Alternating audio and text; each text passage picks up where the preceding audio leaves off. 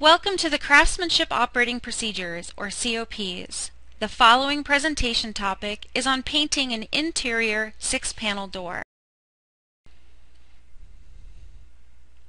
The code for this Craftsmanship Operating Procedure is I for Interior PT1 6-panel door painting. This COP demonstration is specific to the residential typical 6-panel interior door. The production rate standard for this COP, when implemented properly, is 20 to 30 minutes per side. Production rate may vary with the scope of work.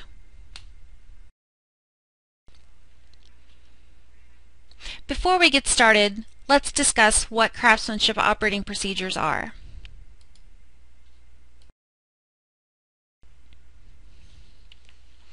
The Craftsmanship Operating Procedures, or COPs, are powered by the PDCA Craftsmanship Forum. Each COP is a detailed description of the optimal means of finish to completion for specifically identifiable paint functions both inside and outside of the home. The COPs place emphasis on the key aspects of the successful completion of paintwork in a craftsman-like manner.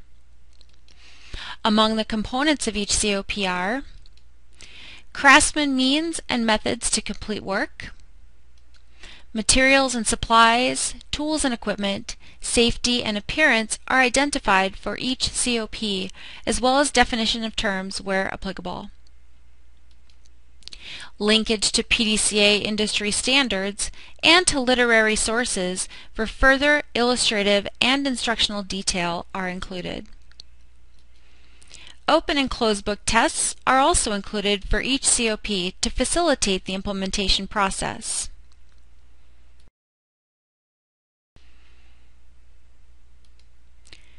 The COPs form a method for contractor owners to specifically define and inform employees and even customers of the specific means and methods for functions to be performed on a given project. By taking this approach, contractor owners have actually taken charge of their company's brand image. Furthermore, this approach can form an integral part of a company's quality assurance program. You may say, I've been painting my way for years. Why should I change now? Well, the learning objectives of this program help you know the steps to be taken to produce predictable results. It helps you to understand the safety considerations involved in each task.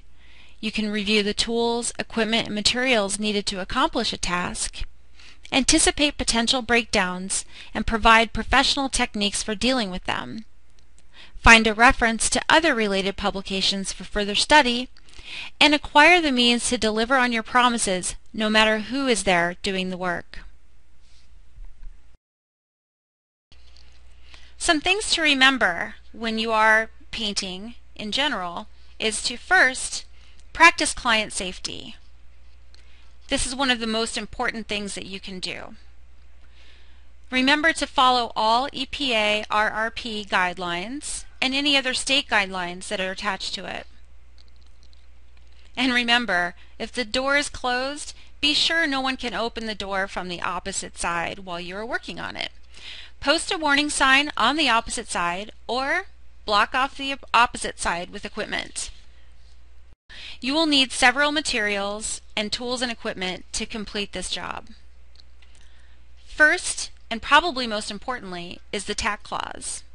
Tack cloths are used to wipe away grains or dust that may have occurred during the preparation. Obviously, you need paint. Paint strainer tape for the appropriate size and type is important, and a wet paint sign. For tools and equipment, it's pretty standard for personal work tools and supplies. Standard job site tools and supplies as well.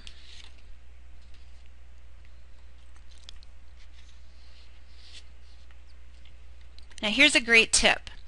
There are tack cloths specifically designed to use with waterborne enamel paint to avoid surface contamination. Throughout this presentation, you will see these tips spread throughout. Now for some terms. A stile represents a vertical piece of wood excluding the panels. Rails are horizontal pieces of wood that exclude the panels. A panel is area of the door that is recessed from the surface. And hardware. That's self-explanatory. And then tack cloth, which is a sticky cheesecloth used to remove fine dust particles. And another tip, be aware that areas around doorknobs may have excess dirt and oil that would require more preparation.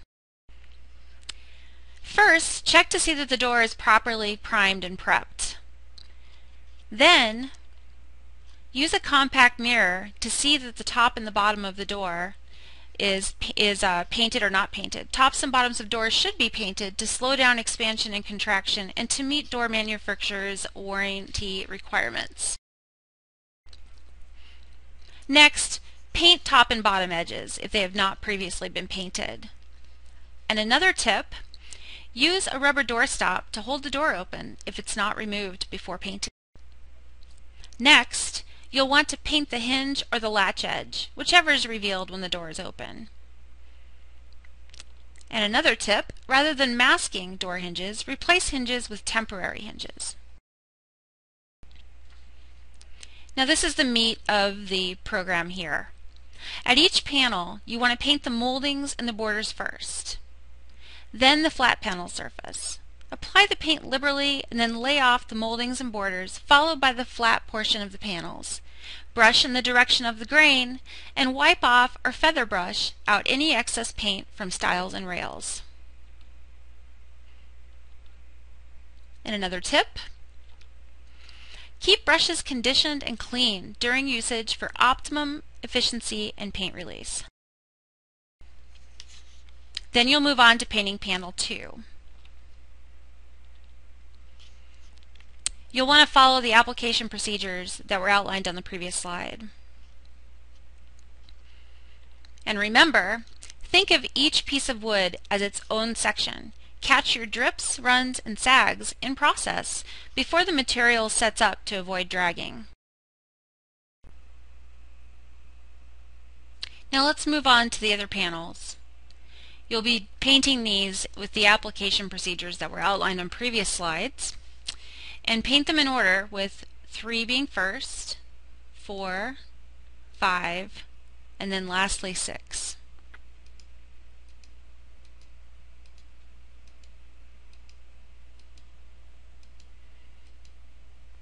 If you'd like to speed up this process, you can use a hot dog or sausage roller to speed up the application of material. Then use a brush to lay off the finish.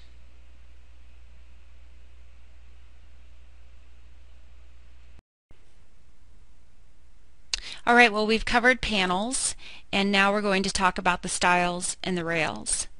What you're going to do is you're going to basically start with stile number 7.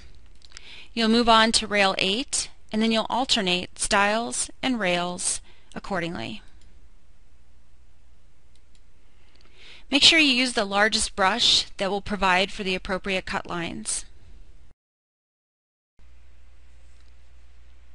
Now what you'll want to do at this point is perform a quality check as outlined in the Appearance Standards and Quality Assurance checklist.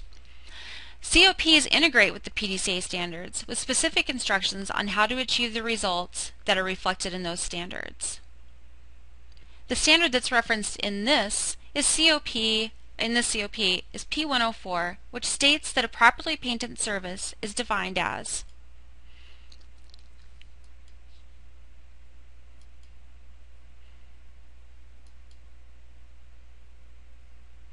Most importantly, when you're doing your bids or your estimates, be sure to reference the standards as they can help you in your relationship with the client. It avoids any misnomers, it avoids any potential conflicts if you simply state out what the expectation should be prior to beginning your job.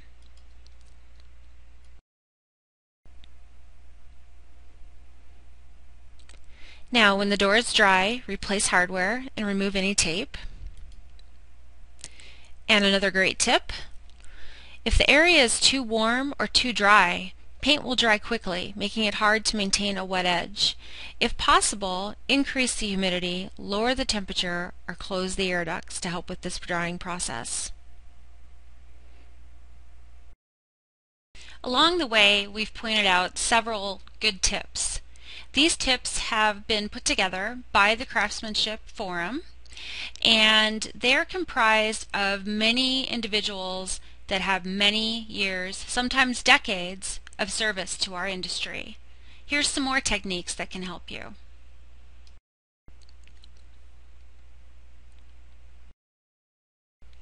Thank you very much, and we look forward to bringing you more presentations in the future.